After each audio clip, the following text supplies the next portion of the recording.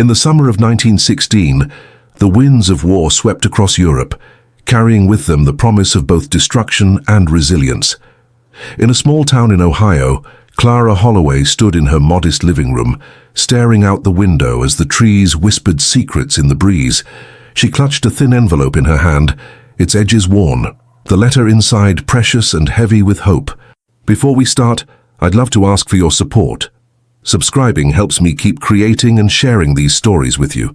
Clara was a schoolteacher, a woman of quiet strength who had spent countless hours shaping the minds of children. Her heart, however, had been shaped by one man, Samuel Blake, a soldier who had enlisted the moment the war was declared. Clara had fallen in love with his laughter, his dreams of a future, and the way he would hold her hand, promising her the world. But now, with Samuel deployed across the ocean, their future felt uncertain, cloaked in the shadows of war. The envelope slipped through her fingers, and she caught it just before it fell. It was a letter from Samuel, his words a lifeline thrown across the turbulent waters of war. She opened it slowly, her heart racing with anticipation. "My dearest Clara," it began. "With each passing day, I find myself missing you more than I thought possible. The trenches are dark, and the sound of artillery becomes a constant companion. But your love lights my way. I dream of the day I can return to you." Tears welled in Clara's eyes as she read his words. Each letter they exchanged became a piece of art, a testament to their love amidst chaos. Samuel wrote about the mundane and the extraordinary, painting a picture of life in the trenches, of comradeship, fear, and hope. He shared his dreams of coming home, of finding a piece of land where they could build a life together, free from the shadows of war. But the war was relentless. Weeks turned into months, and each letter was a reminder of the distance that separated them. Clara began to count the days, scribbling down a journal filled with her thoughts, her fears, and the love they shared. The letters became their lifeline. They wrote daily, each exchange a balm for the wounds of separation. As winter settled over Ohio, Clara found herself alone in her small house, the warmth of Samuel's words keeping the chill at bay. She filled her evenings with thoughts of him, imagining the way he would smile when he returned, the stories he would tell of bravery and sacrifice. But in those quiet moments doubt crept in. Would he return? Would their love survive the ravages of war? In one particularly poignant letter, Samuel wrote, "Clara, I want you to know that I think of you every moment. The other night, as the stars twinkled above, I imagined us lying in the grass, dreaming of our future. I promise you I will return. This war will not take away my love for you. Hold on to that, my darling." Clara held on to those words tightly, finding solace in the promise they carried. But as the war dragged on, so too did the uncertainty.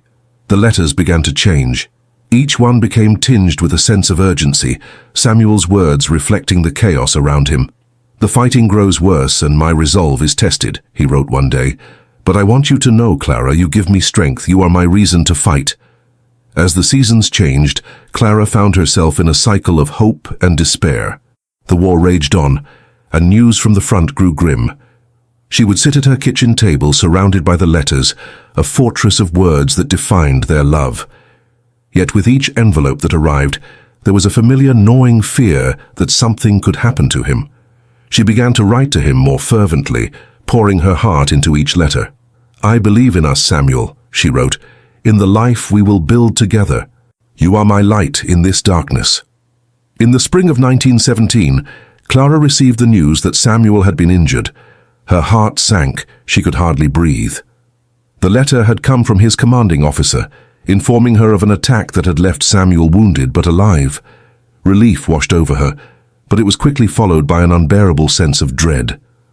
What if he were changed forever? What if he never returned to her as the man she loved? Days turned into weeks with no word. Clara's heart raced each time she checked the mailbox, hoping for a letter that would ease her fears. She kept busy, teaching and volunteering at the local Red Cross, but every moment was overshadowed by anxiety. Each night she would read and reread the letters they had exchanged, finding comfort in the familiarity of his words. Finally, a letter arrived, the handwriting unmistakable yet shaky. "My beloved Clara," it began, "I am back from the brink, but I bear scars you cannot see. The war changes a man, and I fear I may not be the same. But my love for you remains unchanged, as fierce as ever." Clara's heart ached as she absorbed his words, sensing the weight of his experiences in every line. Just days later, Clara received another letter, this time filled with his inner turmoil. "I am afraid to return, Clara. I fear I am not the man you fell in love with. How could you love someone like me after what I have seen? I do not want to burden you with my darkness." With a heavy heart, Clara penned her response. "Samuel, it is your heart that I love, not the battles you have fought.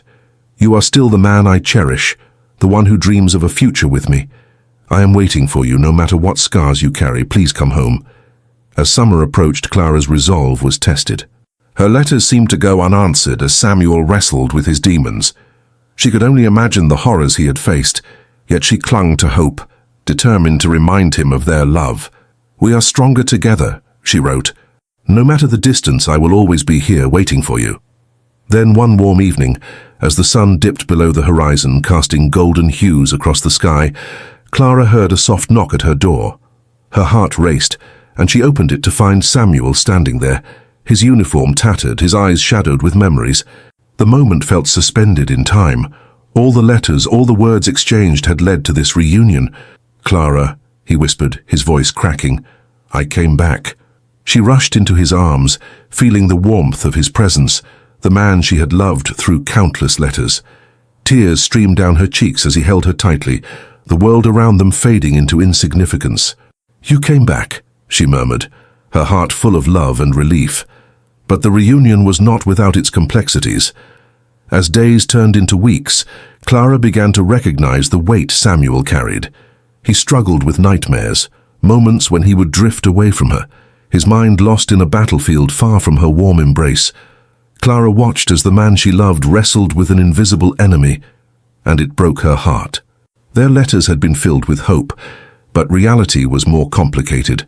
One evening, as they sat on the porch under the stars, Clara turned to him. "Samuel, talk to me. Please, let me in." He sighed, staring into the distance. "I don't know how to explain it, Clara. I feel different. The war, what I saw, what I did, it haunts me. How can I be the man you deserve?" "You are still the man I love," Clara insisted, soft yet firm. "The man who wrote me those beautiful letters. You are not defined by the war. We can find our way back together." Samuel looked away, the battle within him evident. "What if I can't? I don't want to drag you into the darkness I carry." Clara placed her hand on his arm, grounding him in that moment. "You are not a burden, Samuel. You are my partner, my love. We will face this together." As the months passed, Clara and Samuel navigated the complexities of their relationship. There were moments of joy, laughter, and tenderness, but also times of fear and uncertainty. Clara remained patient, encouraging him to share his feelings, reminding him that healing takes time. One night, as they curled up on the couch, Samuel finally opened up. "I remember the laughter of my comrades, the camaraderie, and then the fear when things went wrong. I hold on to those memories, but the darkness creeps back in." Clara listened intently, her heart aching for him. "You are not alone anymore, Samuel. You have me. We can create new memories together, ones filled with love and light." As they forged ahead, their bond deepened, not just as lovers, but as partners in healing. They began to write letters again, not to send, but to express their thoughts and feelings. This act of vulnerability became a new lifeline between them, a safe space where they could be honest about their fears and dreams. In a poignant letter, Samuel wrote, "For the first time since the war, I feel the weight of hope. Your love has shown me that there is light beyond the darkness. I am learning to believe in a future again." Clara smiled as she read his words, feeling the shift in his spirit. "We will build that future together," she replied. One day at a time. The turning point came on a crisp fall evening when Samuel surprised Clara with a picnic under the fading leaves. They laughed, reminisced, and shared stories, the air filled with the sweet scent of apples and cinnamon. As the sun set, Samuel took her hand and said, "I want to build that life we dreamed of, Clara. I want to be the man you deserve." Tears brimmed in Clara's eyes as she nodded. "And you will be. Together we can face anything." With time, the shadows of the past began to recede as Samuel learned to embrace the life they had dreamed of. They married in a small ceremony, surrounded by family and friends, their love a testament to resilience. As they exchanged vows, Clara looked into Samuel's eyes, seeing not just the soldier he had been but the man he had become, a man committed to love and healing. Years later, as they sat in their garden filled with vibrant blooms, Samuel turned to Clara, his hand resting on her shoulder. "You saved me," he said softly. "Through every letter, every moment of doubt, you brought me back to life."